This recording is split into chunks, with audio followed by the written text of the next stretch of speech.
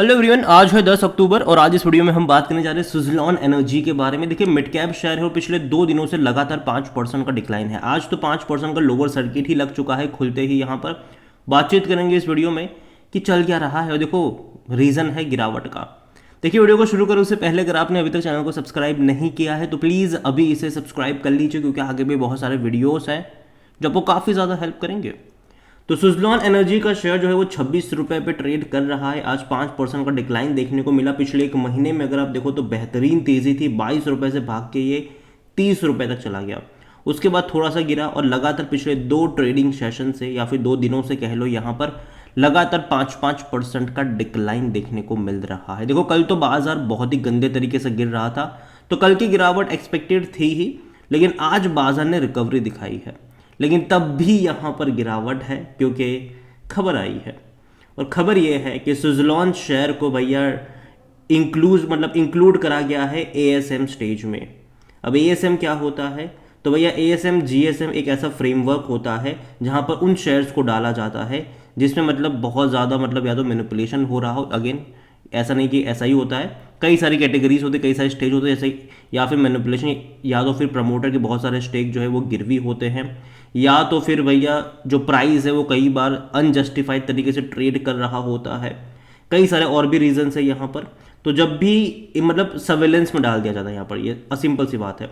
ASM का ही मतलब है कि एडिशनल सर्वेलेंस मेजर। तो इस फ्रेमवर्क में इसको डाला गया है और जो इफेक्टिव हो चुका है फ्रॉम 9 अक्टूबर से ये है। तो यहाँ पर देखिए, द मार्केट रेगुलेटर जो है सेबी, उन्होंने कहा है कि भैया वो जो सेफगार्ड प्रोवाइड करते हैं ऐसी कंपनियों में जिसमें इस तरीके की चीज़ें होती है, expert said that this is a mechanism to control the price movement to protect investors.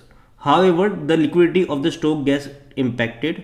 यहाँ पर अगर आप देखोगे तो ASM 5 स्टेज जो है यहाँ पर add the margin requirement raise to 100% for the all client.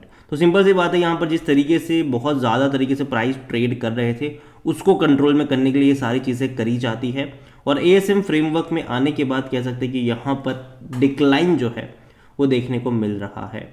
यहाँ पर देखिए, while the unusual price movement में have led to the decision of the exchanges and regulator.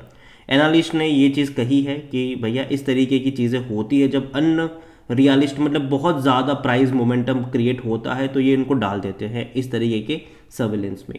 हालांकि पिछले कुछ दिनों में सुज़लॉन के शेयर में बहुत बड़ी तेज़ी भी आई और उसकी वजह है भैया खबरें। जब भी खबरें आती है शेयर दौड़ता है। अगर आप देखोगे तो मई महीने में ये 8 रुपये का शेयर था और 30 रुपये पर चला गया ये। तो देख रहे हो कि कितनी बड़ी तेज़ी थी ये, और लगातार भागा है। कहीं पर अगर आप गिरावट अगर बीच में आई भी थी तो वापस से रिकवरी आ गई। तो बहुत बड़ी तेज़ी इससे दिखाई। और देखो, तेज़ी की वजह सिंपल सी रही है यहाँ पर कि कई सारी खबरें आई। यहाँ पर न्यूज़ ने बहुत बड़ा काम किया कि यहाँ ऑर्डर मिल गया, वहाँ ऑर्डर मिल गया। कंपनी भैया ऑलमोस्ट डेट फ्री हो चुकी है। कंपनी के ऊपर जो डेट का जो दिक्कतें थी वो धीरे धीरे हट रहे हैं। तो ये सारी खबरों ने यहाँ पर इसको दौड़ाने का काम किया। हालांकि कंपनी ख़राब नहीं है, अगेन मैं कह दूँ कंपनी ख़राब नहीं है। वाकई में कंपनी के ऊपर जो प्रीवियस प्रॉब्लम्स थी वो हट चुकी है, लेकिन हाँ, एक प्राइस पॉइंट पर आकर ये महंगा ज़रूर हो गया था। तो यहाँ पर ये जो करेक्शन है ये एक हेल्दी करेक्शन है मेरे हिसाब से। और एक साल में भैया 250% का तेज़ है, जो तेज़ी दिखाई है। और एक्चुअली में देखा जाए तो पिछले 5 महीने में इसने बहुत बड़ी रफ्तार पकड़ी है। तो ये सिंपल सी यहाँ पर गिरावट जो है वो एक हेल्दी करेक्शन में मानता हूँ। सुज़लॉन को लेकर अगर बात करी जाए तो जो इसका मार्केट कैप है वो 39,000 करोड़ के आसपास का है। 76 का इसका पी हो चुका था, तो जाहिर सी बात है ये महंगा था उस रेंज पर। और आरओई उतने अच्छे नहीं है। और जहाँ तक बात करें डिविडेंड की तो भूल जाओगे, वो आपको पे करेगा। हालांकि इनके नंबर्स अगर आप देखो तो quarter on quarter number even last quarter के काफ़ी ख़राब थे रेवेन्यू वाइज। क्योंकि देखो, कंपनी ने अपना स्टांस क्लियर किया था कि वो इस बार जो है वो ग्रोथ की तरफ नहीं जा रहे, वो प्रॉफिटेबिलिटी की तरफ जा रहे हैं। कंपनी उन्हीं प्रोजेक्ट पर बिड करेगी जहां पर उनको अच्छा मार्जिन मिलेगा, सभी जगह पर बिड करने नहीं जाएगी। और यही वजह भी है कि इनके रेवेन्यू थोड़े से कम ज़रूर हुए, लेकिन प्रॉफिट अच्छे तरीके से इंक्रीज होते नजर आए यहाँ पर। और ये एक अच्छी बात है। अभी देखो सितंबर में नंबर्स कैसे आते हैं, क्योंकि जिस तरीके की तेज़ी और वैल्यूएशन मिल चुका है इसको, तो भैया बहुत ही अच्छे नंबर्स की एक्सपेक्टेशन होगी अब सबकी यहाँ पर।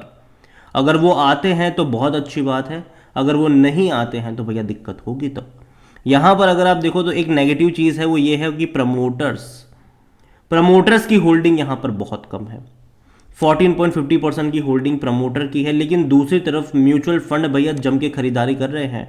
मार्च 2023 में 0.08% थे, जून में 0.74%, मतलब काफ़ी बड़ी तेज़ी आई। और इवन सितंबर में जब भी अपडेट होगा ना, तो म्यूचुअल फंड की जो होल्डिंग यहाँ पर आपको देखने को मिलेगी वो 4.5 से 4.5% की होगी। तो बहुत बड़ी क्वांटिटी में म्यूचुअल फंड ने बाय करा है यहाँ पर। और यही वजह है कि जो शेयर में भी आप तेज़ी देख रहे थे, उसकी एक और वजह थी कि जो बड़े बड़े फंड हाउस ने बहुत बड़ी क्वांटिटी इन सितंबर क्वार्टर में खरीदारी करी हुई है। अगर मैं यही कहूँगा कि देखो यार, अगर आपके पास है सुज़लॉन का शेयर, तो अभी तो देखो 5% का डिक्लाइन है, आप कुछ कर नहीं सकते हो, होल्ड करो इसको।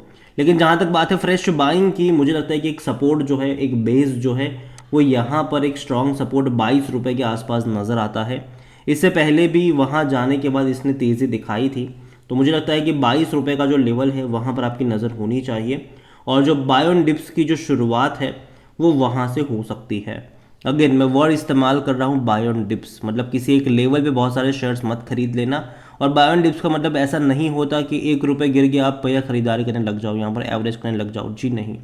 22 रुपये पर जाता है अब, और अगर आपको 100 शेयर खरीदने हैं, आप 20 क्वांटिटी ऐड करो, उसके बाद 15 से 20% के डिक्लाइन पर और 20 क्वांटिटी ऐड करो।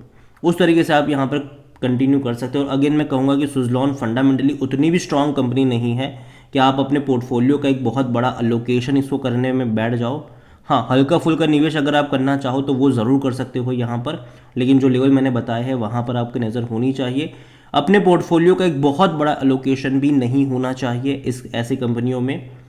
बाज़ार में और भी अच्छी फंडामेंटली स्ट्रॉन्ग कंपनियां हैं जो अगर बाज़ार गिरेगा भी अगर आने वाले टाइम में तो अपने आप को संभाल लेगी, तो वहाँ पर आपकी नज़र ज़्यादा होनी चाहिए। यहाँ पर आप नाम मात्र का निवेश करें, यही मेरी सलाह होगी, बाकी मर्जी आपकी है।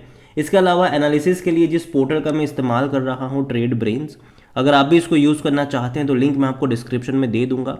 और अगर आप मेरा कूपन कोड HSA20 का इस्तेमाल करोगे तो आपको 20% का डिस्काउंट भी मिल जाएगा। कई सारे बेहतरीन फीचर्स है यहाँ पर, जिनमें से एक है कि जो बड़े बड़े इन्वेस्टर्स हैं ना, वो क्या खरीद रहे हैं, उनका पूरा पोर्टफोलियो आपको यहाँ पर मिल जाएगा, वो भी क्वार्टर ऑन क्वार्टर अपडेट के साथ। यही वो लोग हैं जो बाजार में बड़ा गेम खेलते हैं, इनके पोर्टफोलियो में आपको ज़्यादातर स्मॉल कैप और मिड कैप भी देखने को मिल जाएंगे। तो देर किस बात की है, लिंक डिस्क्रिप्शन में है, कूपन कोड का फ़ायदा उठाना भूलिएगा नहीं। वीडियो को यहीं पर एंड करूँगा, पसंद आया हो तो लाइक करें, शेयर करें, चैनल में अगर पहली बार हैं तो प्लीज़ सब्सक्राइब करें। और सुज़लॉन के बारे में आप क्या सोचते हैं वो भी आप मुझे कमेंट में लिख के बताइएगा ज़रूर, क्योंकि अगर प्राइस देखा जाए तो काफ़ी ज़्यादा अप्स एंड डाउन से गुजरा ज़रूर है। और बहुत लंबे अरसे बाद इतनी बड़ी तेज़ी 5 साल में पहली बार है कि सुज़लॉन ने इतनी बड़ी तेज़ी दिखाई है। तो क्या सोचते हैं आप उसके बारे में, वो भी कमेंट में लिख के ज़रूर बताइएगा। Thank you.